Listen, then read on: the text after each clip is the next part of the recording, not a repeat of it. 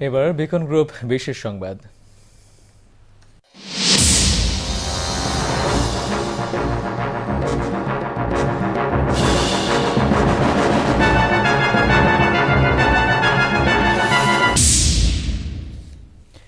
বেঁকে বসেছেন খাগড়াছড়ির তামাক চাষিরা।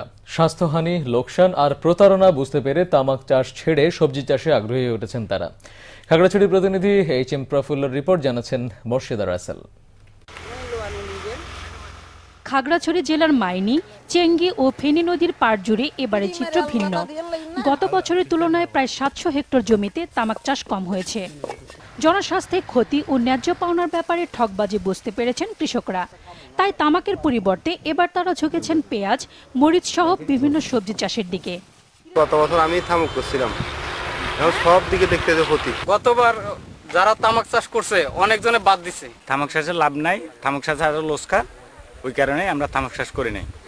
কৃষকরা জানায়, তামাক চাষের স্বাস্থ্যে ক্ষতি ও লোকসানের পাশাপাশি মাটির উর্বরতা কমে যাচ্ছে।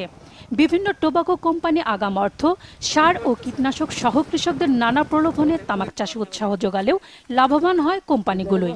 ন্যায্য পাওনা থেকে বঞ্চিত করা হয় কৃষকদের। শরীরের লস হয়, নিজের লস হয়, তারপর জমিনের ক্ষতি, আমার গড়ি নেই। শরীর, মাটি, পরিবেশের লস, কষ্ট বেশি করে আমাদের বেতনে পুষে না। কিন্তু তারপর তো আমরা কোম্পানিতে কিন্তু ওষুধ পাইতেছি। মহিলা তো ব্যক্তি তামাকের চাষ করতে পারে না, মাথা ঘুরায়। এছাড়া তামাক প্রক্রিয়াজাতকরণের জন্য যে ধুমঘর রয়েছে, তাও জনস্বাস্থ্যের জন্য অত্যন্ত ক্ষতিকর।